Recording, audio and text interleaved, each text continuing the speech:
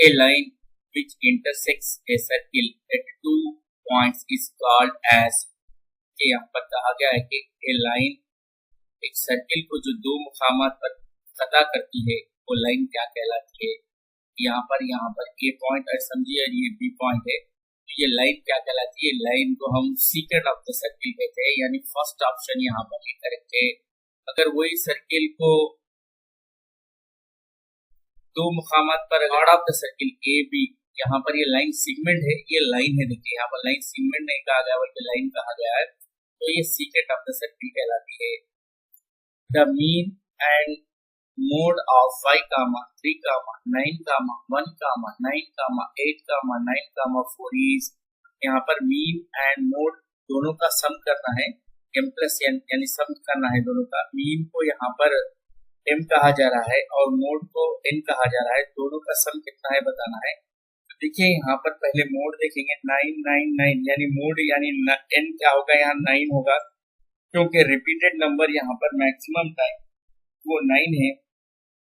इसलिए मोड यहाँ पर 9 है। अब इसका मीन फाइंड आउट करेंगे, sum of observation by number of observation. 5 + 3 8, 8 + 9 17 + 1 18, 18 + 9 27 + 8 35, 35 + 9 44, 44 + 4 48 divided by number of observation कितने हैं 1 2 3 4 5 6 7 8 ऑब्जर्वेशन,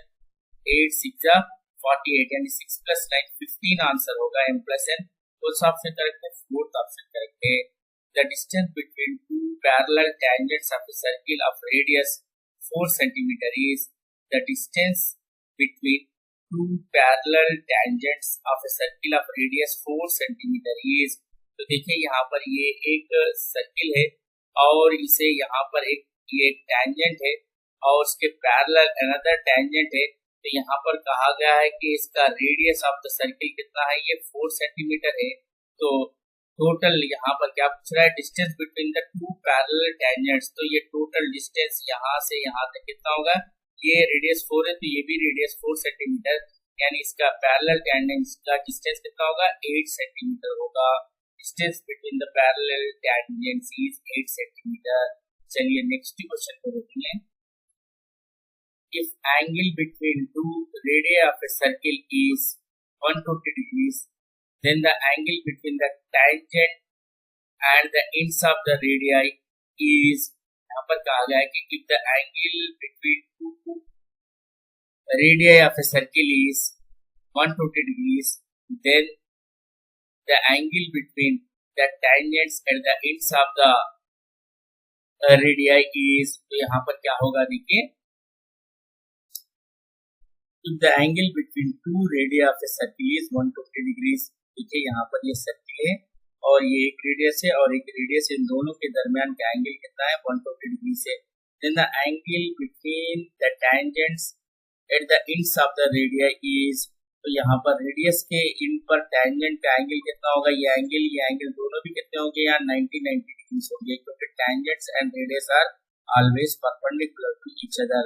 अगर ये तो यहाँ पर आंसर 90 आना चाहिए, इस हिसाब से यहाँ पर ये 90 डिग्री होगा, क्योंकि radius and tangents are always perpendicular to each other. अगर ये एंगल पूछा जाए तो sum of the angles of a quadrilateral is 360, तो ये देखिए 120 + 180 कितना होता है, यहाँ पर 0, ये 10 300 हो रहा है, तो ये एंगल 60 होता था। अगर एंगल बिटवीन द टेंजेंट्स अगर पूछा जाता था तो यहाँ पर एंगल बिटवीन द टेंजेंट्स यहाँ पर ये 60 डिग्री होता था इस लिहाज से, लेकिन यहाँ पर रेडियस और टेंजेंट के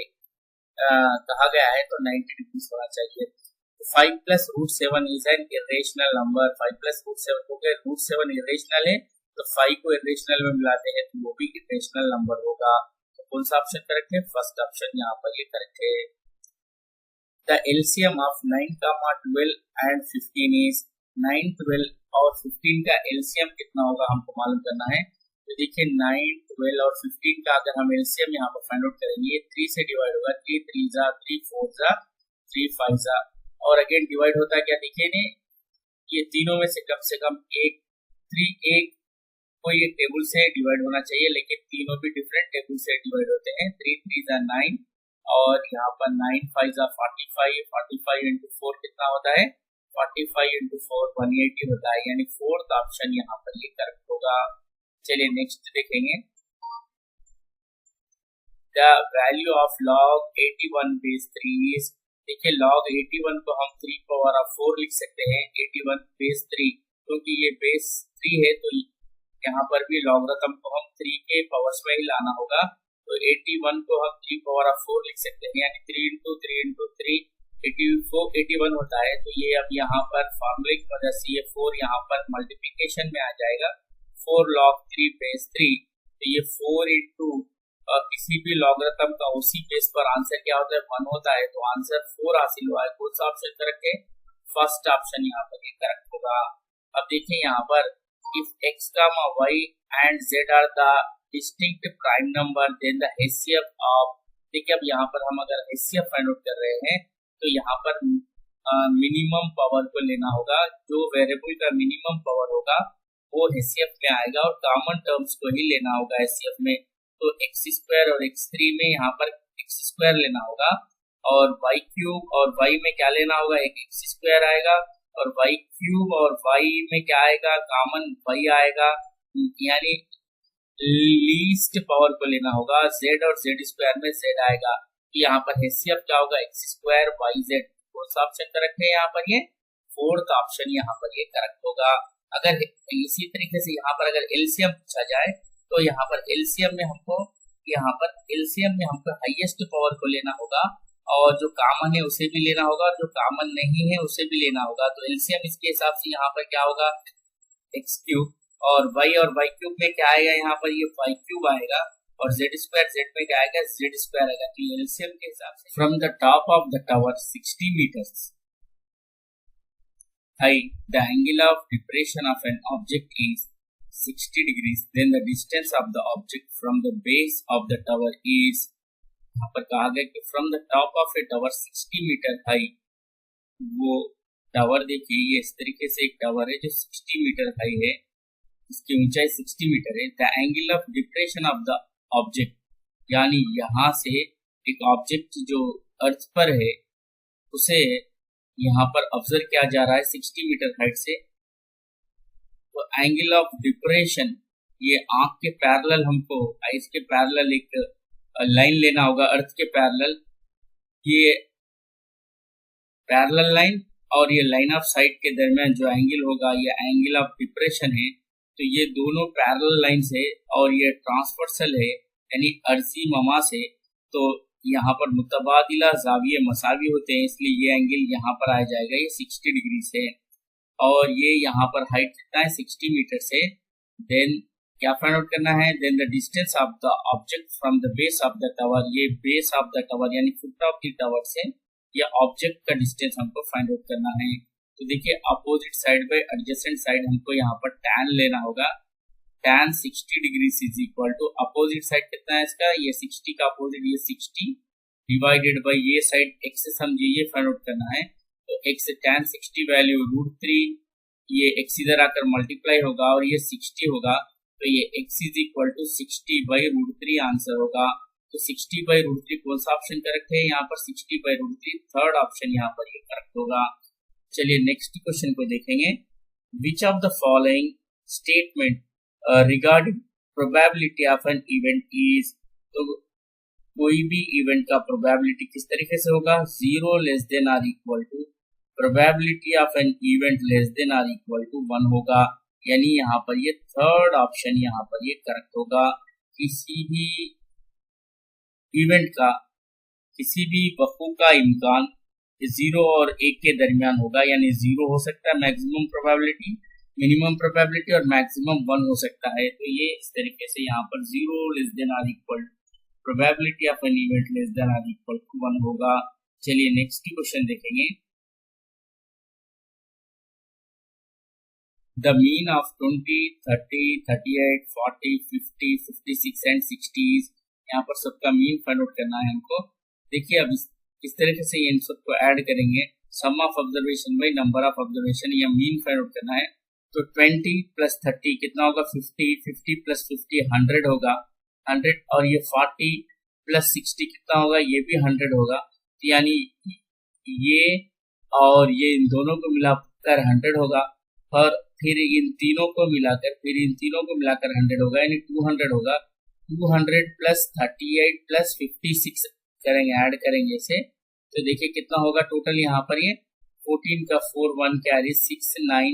9 यानी 294 होगा। 294 डिवाइडेड बाई कितने ऑब्जर्वेशन से, 1 2 3 4 5 6 7 ऑब्जर्वेशन से, तो यहाँ पर 7 4 28 रिमेनिंग 1 7 2 14 यानी 42 इसका आंसर होगा। Sum of observation by number of observation.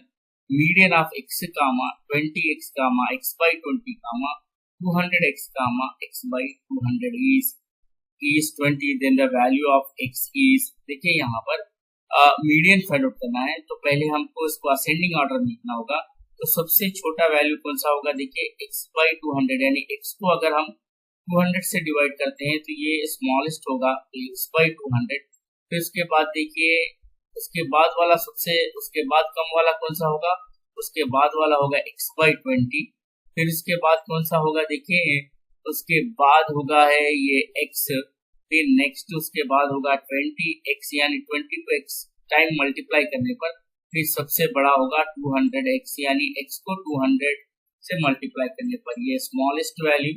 ये smallest to biggest ascending order में करने पर, तो ये दरमियान में क्या आ रहा है, x आ रहा है। तो x कितना है यहाँ पर 20, मीडियन कितना है इसका 20 है, तो मीडियन ये ऑप्शंस की मदद से यहाँ पर मीडियन x आ रहा है। ऑलरेडी मीडियन कितना दिया गया है 20, तो आंसर क्या होगा इसका, फोर्थ ऑप्शन करेक्ट होगा, यानी 20 होगा। इसके बाद देखिए मोड ऑफ द डाटा, अब इसका मोड हमको यहाँ पर फाइंड आउट करना है। मोड यानी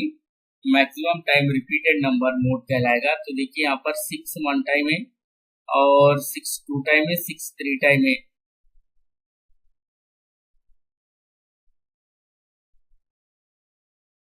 सिक्स 1 टाइम, 6 2 टाइम, 6 3 टाइम है, और 2 1 टाइम है और 2 2 टाइम है। देखिए तो यहाँ पर इसका मोड क्या होगा, 6 होगा, क्योंकि 6 1 टाइम और ये 2 टाइम और ये यहाँ पर ये 3 टाइम है और 12 यहाँ पर 2 टाइम है, तो इस लिहाज से यहाँ पर इसका मोड क्या होगा, 4 होगा। ये मैक्सिमम टाइम है। चलिए नेक्स्ट क्वेश्चन को देखेंगे। If the equations x plus 2y equal to 5 and 3x plus ky equal to 10 are inconsistent, then the value of k is, तो देखिए यहाँ पर ये दो लाइंस इनकंसिस्टेंट है कहा गया है, यानी पैरेलल लाइन से, तो कंडीशन क्या होगी, देखिए यहाँ पर अगर two equation a1x plus b1y plus c1 equal to 0 और a2x plus b2y plus c2 equal to 0, अगर ये टू इक्वेशंस इनकंसिस्टेंट हो तब कंडीशन क्या होगी, a1 by a2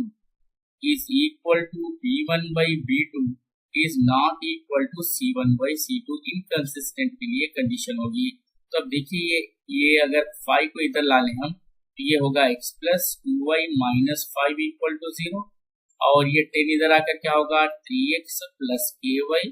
minus 10 equal to 0, इस तरीके से होगा। अब इसे इसका कोएफिशिएंट a1 और इसका y का कोएफिशिएंट b1 और ये माइनस 5 c1 होगा। तो अब हम इसे a1 बाई a2 करेंगे यहाँ पर, यानी a1 बाई a2 यानी x कोएफिशिएंट 1 और यहाँ का x कोएफिशिएंट क्या है 3 है, 1 by 3 is equal to b1 by b2 यानी 2 बाई k। तो k इक्वल टू k1 जा k, 3 2 जा 6 यानी k इक्वल टू 6 होगा। कौन सा ऑप्शन करेक्ट है यहाँ पर, k इज इक्वल टू 6 यानी थर्ड ऑप्शन करेक्ट होगा।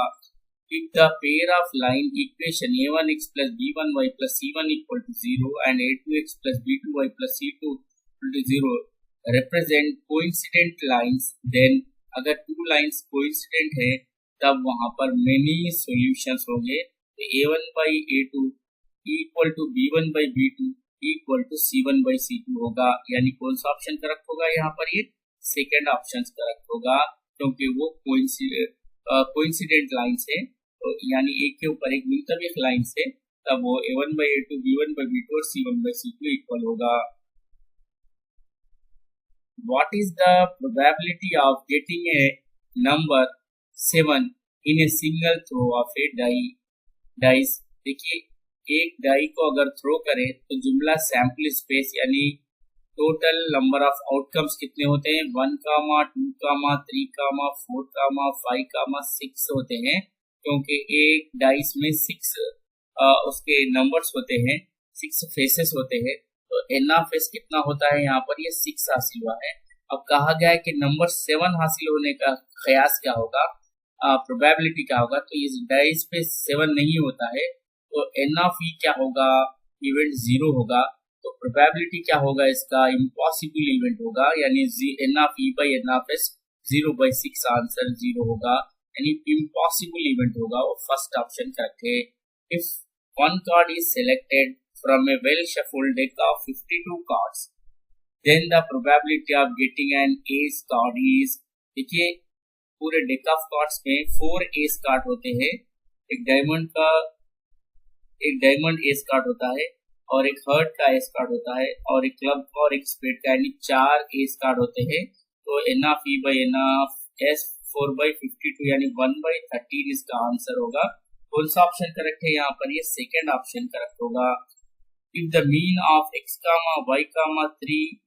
4 is 5, then the x plus y is, तो देखिए यहाँ पर x sum of observation by number of observation करने पर यहाँ पर कहा गया है कि x, y, 3, 4 का मीन कितना है 5 है, तब x प्लस y कितना होगा। तो यहाँ पर 1, 2, 3, 4 sum of observation by number of observation, और मीन को 5 लेने पर ये कितना होगा, इधर 4 से मल्टीप्लाई करने पर ये 20 होगा, यानी x प्लस y कितना होगा, यहाँ पर x plus y is equal to 20 minus ये 3 प्लस 4 इधर आकर 7 होगा, तो x plus y is equal to 13 होगा। तो कौन सा ऑप्शन करेक्ट हो रहा है 13, देखिए यहाँ पर फोर्थ ऑप्शन 13 है, तो यहाँ पर ये फोर्थ ऑप्शन करेक्ट होगा। तो ये फोर्थ ऑप्शन यहाँ पर ये करेक्ट होगा। The angle of elevation of a top of a building from a point 10 meters away from the base of the building is 60 degrees. Then the height of the building is, देखिए यहाँ पर कहा गया है कि एक building है और से 10 मीटर अवे पर एक पॉइंट है, ये बेस से 10 मीटर अवे यानी इसके फुट ऑफ द बिल्डिंग से 10 मीटर अवे यानी बेस से 10 मीटर अवे पॉइंट है, और वहां से एंगल ऑफ एलिवेशन 60 डिग्री से टॉप ऑफ द बिल्डिंग को देखा जा रहा है, तब height of the building find out करना है। तो again opposite side by adjacent side tan 60 लेना होगा। tan 60 is equal to opposite side by adjacent side, इसे x समझेंगे, x बाई ये कितना है 10 है, tan 60 वैल्यू कितना होता है √3 होता है, √3 x बाई 10, तो x इज इक्वल टू कितना होगा, x इज इक्वल टू 10√3 होगा। तो कौन सा ऑप्शन करेक्ट है 10√3, थर्ड ऑप्शन करेक्ट होगा 10√3, थर्ड ऑप्शन यहाँ पर देखिए वो करेक्ट होगा। चलिए नेक्स्ट क्वेश्चन को देखेंगे। What is the median of 18, 14, 6, 7, 8। तो यहाँ पर मीडियन फाइंड आउट करना है, तो हम इसे असेंडिंग ऑर्डर में लिखेंगे। 6, 7, 8, 14, 18 का मीडियन, यानी यहाँ पर दरमियान में एक नंबर आ रहा है, तो यहाँ पर 8 इसका मीडियन होगा, यानी थर्ड ऑप्शन करेक्ट है। तो डियर स्टूडेंट्स, इस तरह से टीएस या टीजी पॉलीसेट के 2025 के क्वेश्चन पेपर से यहाँ पर मैथ्स के 60 सवालात 60 क्वेश्चंस कंप्लीट होते हैं। इसके बाद नेक्स्ट वीडियो में हम फिजिक्स के क्वेश्चंस को भी पेश करेंगे, और इन तमाम वीडियोस का लिंक यानी पार्ट 1, पार्ट 2, पार्ट 3 और पार्ट 4 का लिंक इस वीडियो के डिस्क्रिप्शन में मौजूद है। अभी तक आपने हमारे इस चैनल को सब्सक्राइब नहीं किया है तो जरूर सब्सक्राइब करें और एक कमेंट के जरिए हमारी हिम्मत अफजाई करें। Thank you.